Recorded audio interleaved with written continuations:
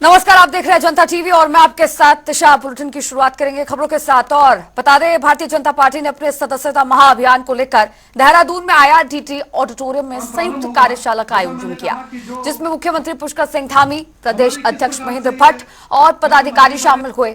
इसको लेकर मुख्यमंत्री पुष्कर सिंह धामी ने कहा, आगामी 2 सितंबर को ये अभियान राष्ट्रीय स्तर पर शुरू होगा और इसके जरिए हम अपने संगठन का विस्तार करने का प्रयास करेंगे, जिससे हम केंद्र और राज्य की योजनाओं को उन लोगों तक पहुंचा सके। 3 साल के बाद होता है और हम सब लोगों के लिए एक बड़ा अवसर होता है कि हम जन जन तक पहुँचें, समाज के अंतिम छोर तक पहुँचें और हमारा प्रदेश के सभी पदाधिकारी, सभी कार्यकर्ता बड़े जोर शोर से इस अभियान को आगे बढ़ाएंगे। और 2 तारीख को राष्ट्रीय स्तर पर यह अभियान प्रारंभ होगा और उसके बाद पूरे देश में चलेगा, हमारे प्रदेश में भी चलेगा। हम उन स्थानों तक जाएंगे इसके माध्यम से जहां अभी हमारी पार्टी को और पहुंचना है और हमको विस्तार करना है। हमारा संगठन का भी विस्तार होगा और निश्चित रूप से जहां संगठन का विस्तार होगा वहीं हमारे प्रदेश के लिए भी जो हमारी योजनाएं हैं केंद्र की और राज्य की, उन योजनाओं को प्रचार प्रसार में एक बड़ी सहायता इस अभियान के माध्यम से मिलेगी। और चलिए, बुलेटिन के बीच एक बड़ी जानकारी सामने आ रही है, वो आपको बता देते हैं। हल्द्वानी से बड़ी खबर। हल्द्वानी का एक वीडियो वायरल हो रहा है। एक महिला ने ये वीडियो शेयर किया है। महिला मित्र के साथ सफर कर रहे थे। 10 लोगों से भरी 2 गाड़ियों ने पीछा किया। हमारा रास्ता रोकने की कोशिश की गई। मुखानी रोड का ये पूरा मामला बताया जा रहा है, जिससे संबंधित ये वीडियो टीवी स्क्रीन पर हम आपको दिखा रहे हैं। यहाँ पर कुछ लोग जो कार में सवार थे, करीब 10 लोग दोनों ही कार में भरे हुए थे और ये कार महिला का पीछा कर रही थी। ये जो वीडियो सोशल मीडिया पर वायरल हो रहा है, ये खुद उसी महिला ने वायरल किया है, सोशल मीडिया प्लेटफॉर्म पर अपलोड किया है, जिस महिला का पीछा ये दोनों गाड़ियां कर रही थी। मुखानी रोड का ये पूरा मामला है। अब इस मामले पर, इस पूरे मसले पर लोगों ने चिंता जाहिर की है कि महिलाओं को लेकर जो सुरक्षा व्यवस्था है वो कितनी ज्यादा चरमराई हुई है। दिन दहाड़े इस तरह की घटनाएं देखने को मिलती हैं और हल्द्वानी से ये बड़ी जानकारी आपको बता रहे हैं, जहां महिला ने ये वीडियो शेयर किया है और सोशल मीडिया प्लेटफॉर्म पर अपलोड किया है। रास्ता रोकने की कोशिश की गई, ऐसा कहना है महिला का। और देखिए, जो ट्वीट इस महिला ने किया है, जिसके साथ ये वीडियो अपलोड किया है, उसको भी आप देख सकते हैं। यहां पर महिला द्वारा बताया जा रहा है कि दूसरी बार, लगातार 2 बार इन बदमाशों ने गाड़ियों के जरिए उनका रास्ता ब्लॉक करने की कोशिश की, रास्ते को रोकने की कोशिश की। अपनी महिला मित्र के साथ वो कहीं जा रही थी, जिस दौरान ये वारदात हुई और 2 गाड़ियां, करीब 10 लोगों से भरी हुई ये 2 गाड़ियां महिलाओं का पीछा कर रही थी। रास्ता रोकने की कोशिश की गई, रास्ता रोकने को मना किया, दूर हटने को कहा गया, लेकिन फिर भी ये बदमाश माने नहीं। और इन बदमाशों के दबंगाई का ये जो वीडियो है वो अब सोशल मीडिया पर भी वायरल हो रहा है। इस वीडियो को देखने के बाद, ये वीडियो जैसे ही लोगों के संज्ञान में आया, तो उसके बाद अब सवाल उठ रहे हैं कि महिलाएं इतनी असुरक्षित क्यों, और इस असुरक्षा के पीछे ऐसा क्या किया जाए कि इन लोगों की दबंगाई को कम कर सके। रास्ता रोकने की कोशिश की गई, ऐसा महिला का कहना था। और इस संबंध में नैनीताल पुलिस को टैग किया गया है इस ट्वीट में।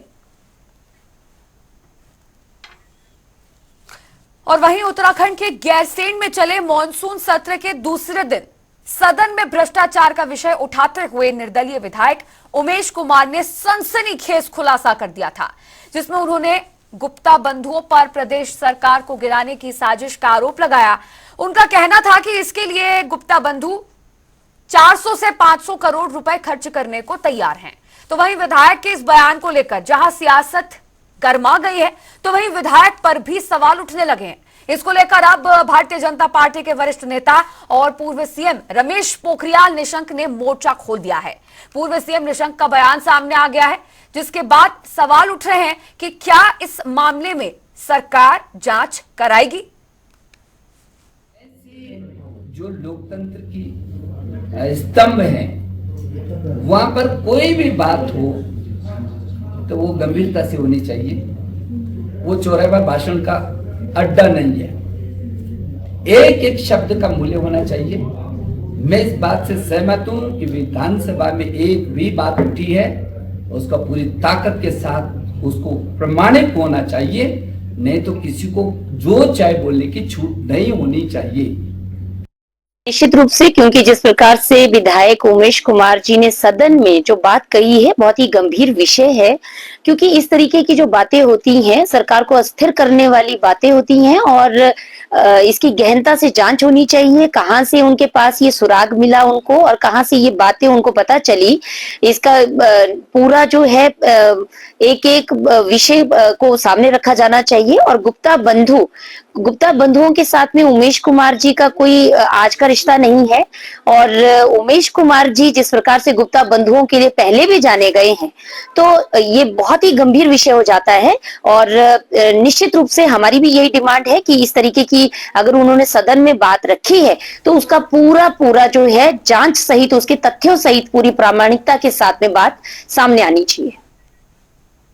और अब खबरों में आगे बढ़ेंगे। भारी बारिश भूस्खलन की वजह से बह गए केदारनाथ पैदल मार्ग को एक बार फिर से सुचारू कर दिया गया है। पैदल मार्ग पर घोड़े खच्चर भी आने जाने शुरू हो गए हैं।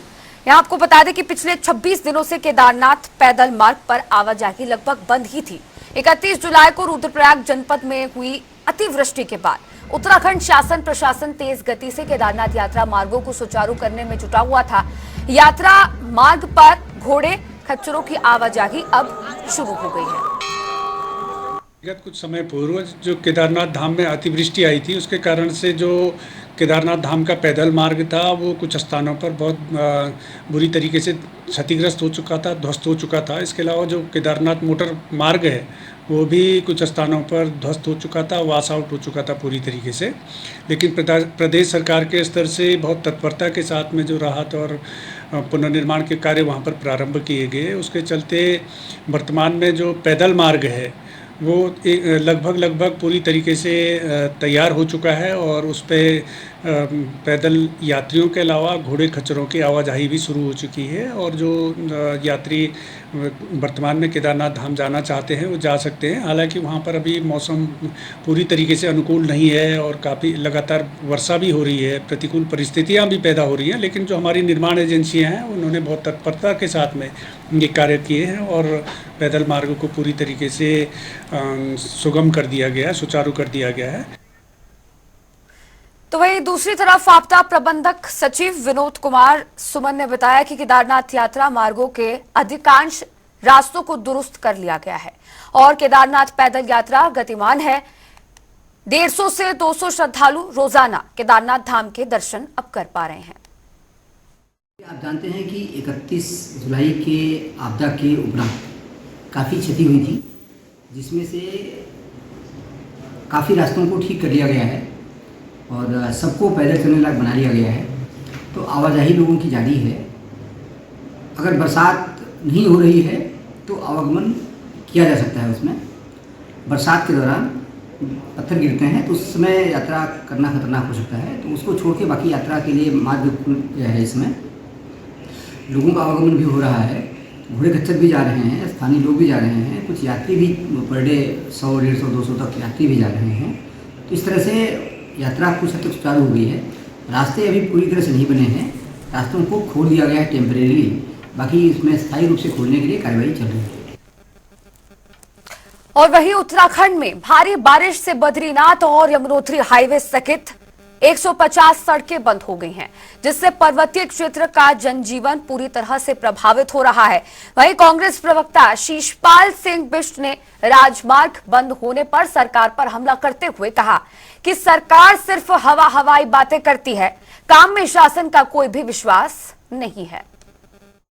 देखिए, मानसून से उत्तराखंड का ऐसा कोई जनपद नहीं है जो प्रभावित ना हुआ हो। हर ब्लॉक में आप देख लीजिए, बहुत से गांव जो है आपदा से त्रस्त हैं और सैकड़ों मार्ग बाधित हैं। मुख्य राजमार्ग भी जगह जगह से बाधित हैं, ये किसी से छुपा नहीं है। और आपदा जैसे संवेदनशील विषय पे भी सरकार झूठ बोलने का काम कर रही है, तो इससे ज्यादा संवेदनशील विषय और क्या हो सकता है, बताइए ना। और विधानसभा सत्र के दौरान भी केवल 30 मिनट का समय विपक्ष को आपदा जैसे गंभीर विषय पे बोलने के लिए दिया जाए। और मेरा पूरा विश्वास है कि सत्ता पक्ष के भी सभी विधायक जो है आपदा पर चर्चा करना चाहते होंगे, क्योंकि सभी क्षेत्रों में आपदा से जनजीवन अस्त व्यस्त है, त्राहिमाम मचा हुआ है। और आपदा के इतने दिनों बाद भी सरकार ने अभी तक कोई भी राहत की जो है घोषणा नहीं की है। उत्तराखंड में मानसून के चलते खराब हुई सड़कों को लेकर लोक निर्माण विभाग अब एक्शन मोड में आ गया है, जिसके चलते लोक निर्माण विभाग के सचिव डॉक्टर पंकज कुमार पांडे ने समीक्षा बैठक की। इस दौरान डॉक्टर पंकज कुमार पांडे ने कहा कि अभी पीडब्ल्यूडी की कुल 83 सड़कें बंद हैं और उनमें से अधिकतर सड़कें जल्द खुल जाएंगी। साथ ही उन्होंने कहा कि कुछ ऐसी सड़कें भी हैं जो प्रधानमंत्री ग्राम सड़क योजना के अंतर्गत संचालित हो रही हैं, यानी कुल मिलाकर 86 सड़कें अभी बंद हैं, जिसके चलते नंदप्रयाग में हाईवे पर मलबा जमा हो रखा है, जिसे हटाने का काम लगातार जारी है। आज सुबह की जो रिपोर्ट है उसके हिसाब से पीडब्ल्यूडी की कुल 83 सड़कें 83 सड़कें हैं जो बंद हैं, और उसमें से मैक्सिमम हम लोग आज खोल लेंगे शाम तक।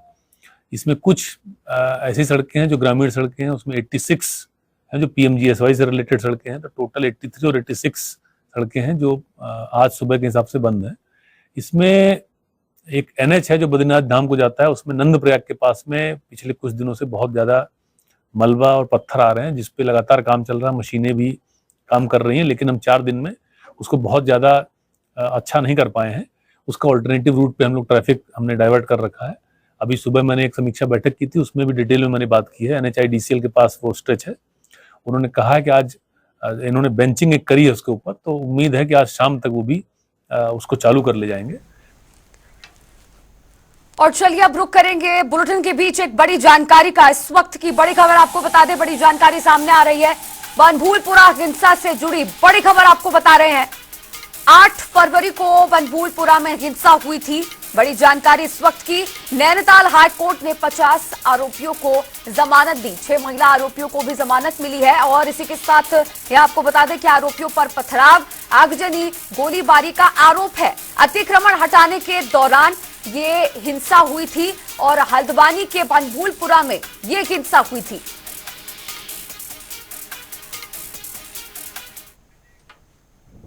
और इस खबर के साथ फिलहाल बुलेटिन में इतना ही। रुक रहे एक छोटे से ब्रेक।